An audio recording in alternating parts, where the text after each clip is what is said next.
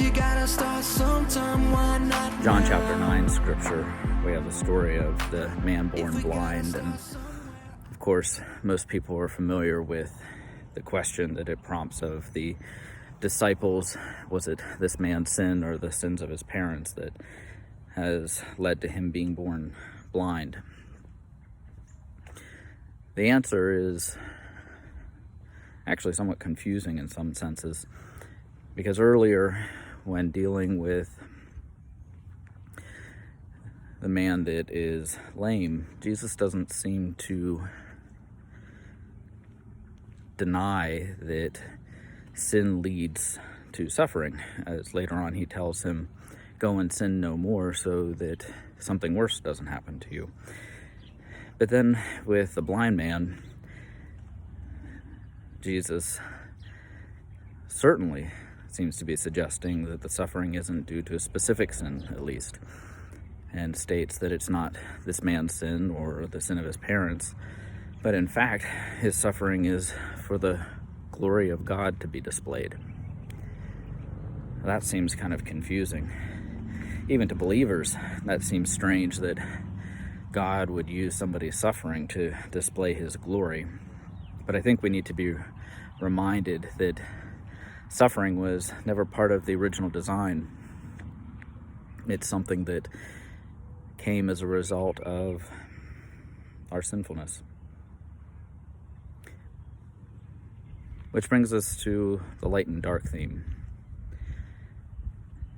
Now, obviously, with the man born blind, there's a quick grasp of the literal meaning of darkness, but there's certainly a spiritual aspect of it. And that's where the Ephesians chapter 4 scripture brings us in, particularly verse 8, which talks about us being formerly darkness, not of darkness or from darkness, darkness. The writer of Ephesians actually goes as far as to describe us prior to believing being darkness, and then goes on to explain that darkness hates the light, because as long as things remain in the darkness, they remain hidden. But when the light comes, they're revealed. And then there's an interesting part. In the light, they become light.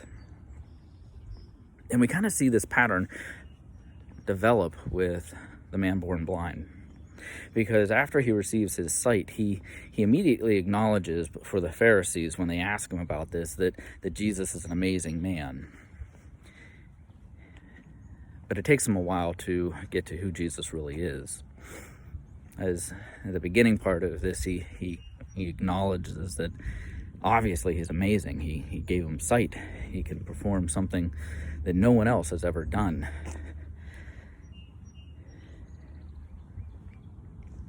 But it's going to go a lot further than that. What this story teaches us is not how to live a moral life. Not that we better be good or God's waiting to put the thumb screws to us. What this teaches us in the end is just how graceful God is, how much mercy he gives,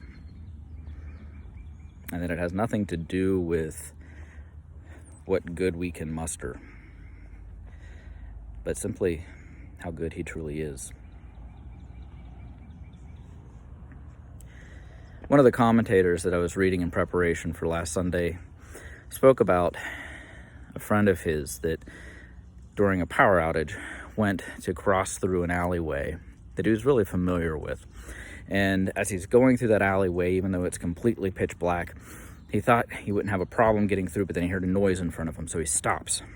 And he's not sure what to do, and he doesn't hear anything for a while, so just when he thinks that he must have just been imagining it, he goes to take another step, and he hears the same noise again, and stops.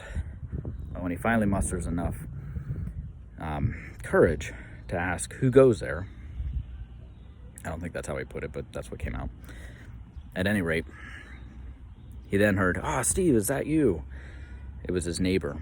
They both were standing in the darkness, not sure how to move forward, not knowing what was in front of them, not knowing if it was friend or foe or something that was going to cause them harm. It wasn't until somehow somebody broke the darkness and they were able to understand who it was, and they were friends. And in that, all the fear and all the danger evaporates. Well, to stretch that a little bit further, when we think of the blind man who receives his sight, when we step out, perhaps even today, earlier, when you stepped out into that sunlight for the first time, after being in our houses for how long, your eyes take a while to adjust, and you can't quite see everything clearly yet. It takes a while for things to come into focus. That seems to be what's going on with this man after receiving his sight. He's willing to proclaim how amazing it is, and that this has been something miraculous done to him. And when he's called in front of the Pharisees for the second time, he goes as far as to proclaim that Jesus is a prophet.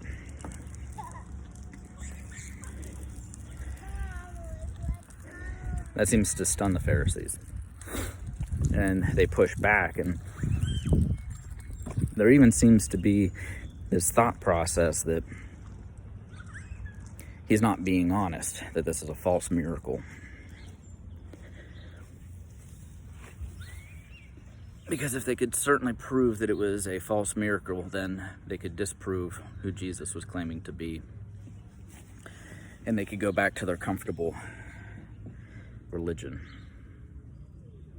So many of us want to do that, don't we? We just want to sit in a comfortable religion that tells us what we want to hear. And one of the dangers today is that we make the gospel less offensive. I realize this is on the internet, and some of the people that may be watching this would maybe not be the normal people. And I'm going to say some things that may be rather offensive to you. It's not my intent to be offensive. But the reality is the gospel has an inherent offensiveness about it. And that calls out this reality that we aren't innately good. We just aren't. And if you stop and really think about it, you know what I mean. None of us are. I mean, we have the law written on our hearts. You know, Scripture says that the law will be written on our hearts, and that's a reality. I mean, as you look around and you talk to people that don't believe in God or any God whatsoever, they aren't necessarily bad people. And in fact, there's a lot of unbelievers out there that put Christians to utter shame in the way they behave and the way they do things. And yet Scripture says an unbeliever is darkness. So how can that be? Well, I think if we're all honest with ourselves and we sit and we think about our private thoughts, the conversations we have in our head, the things that come across our mind before we're able to dismiss them, we become aware that there are some really dark things in us. And we fool ourselves when we think it's about our behavior and not our thought. That was one of the things that Jesus had a tendency to do, is to call things out into the light and point out that, it's not the act, it's the actual thought. If you hate your brother, you've actually murdered him, because it's the same idea as you're worthless. When you really think about that, that's harsh. How many times have we been angry at somebody and said we hated them? According to Jesus, we've murdered them. And if you look at somebody lustfully, you've already committed adultery. In other words, you've already been with them. And so many of us would think, well, that's not a big deal just to think about it, but that objectifies a person. That turns them into an object of desire for your mere pleasure, rather than their innate value as an image bearer of God, as a fellow human being. That's why the writer of Ephesians calls us darkness. Not of the dark, calls us darkness. Because in our fallenness, we don't even realize how wrong we are.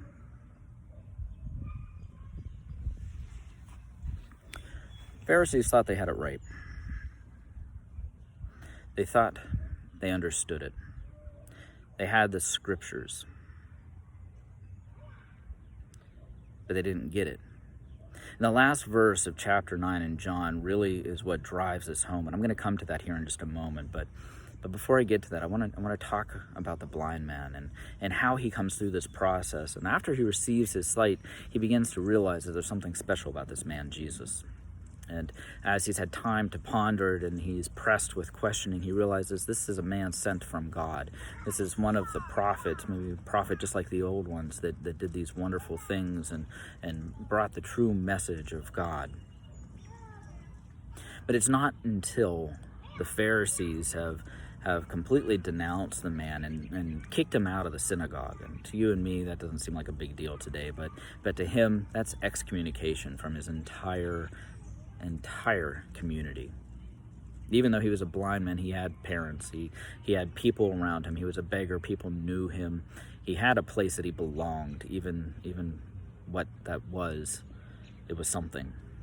But now he is being kicked out of that community. He's no longer allowed to be any part of his Jewish community, not because of his blindness, not because he was healed, but because he wants to follow Jesus, the man who healed him. So he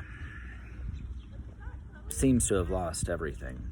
But it's at that point Jesus goes to find him for a second time.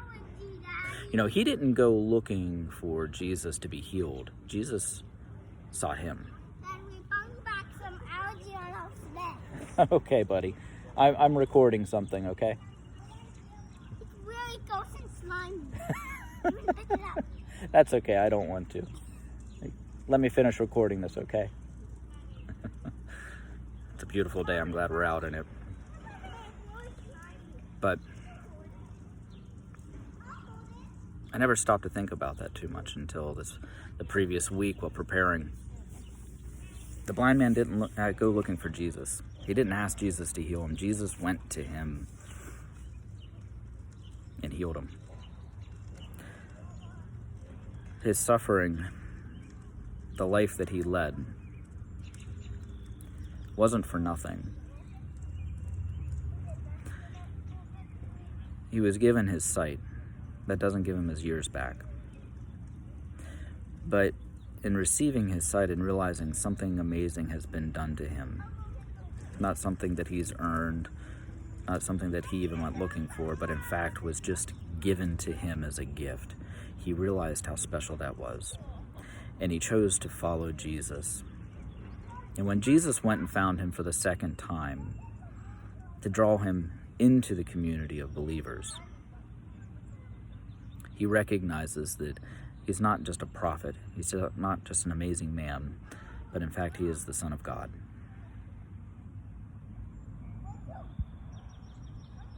That he has something to proclaim about that then. Brothers and sisters, and anybody else that happens to be watching this, grace is something that we have not earned. We aren't good enough. Because no matter how well we dress ourselves up on the inside, on the outside, on the inside, when we really think about it, we have a sense and knowledge of just how far we fall short. We all have things we're ashamed of. And yet, Jesus came to seek us. The God of the universe, the creator of all things, entered into human history. And not for the first time, but this time as one of us. He lived, he walked, and he suffered to bring about the glory of God, that we might be saved, that we might be brought out of darkness into lightness and made into light instead of being dark.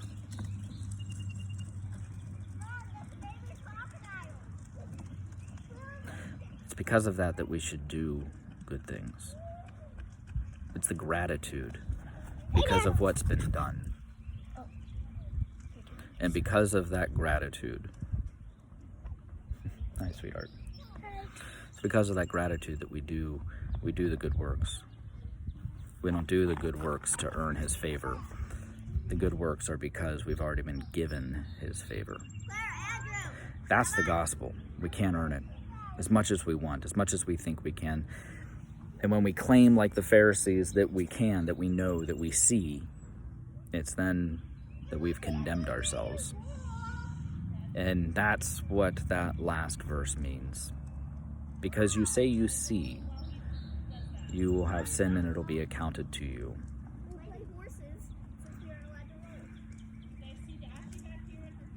Yeah, she's adorable. My closing thought. When you consider truly who we are,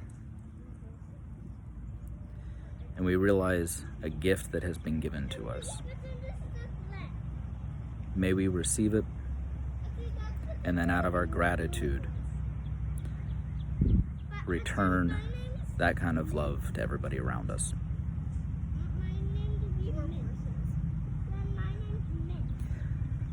Today, more than ever, I think we need to do that. Jesus Christ came to save us. All of us. All you need to do is believe. And here's the thing, even that belief is a gift of God. May we all receive it. May you grow in him. And may you have comfort in the knowledge that regardless of what's going on around us, he remains true. And out of suffering such as even this disease, glory can be made, because time and time again throughout the scriptures, out of the ugliest things, God brought about beautiful things. God bless.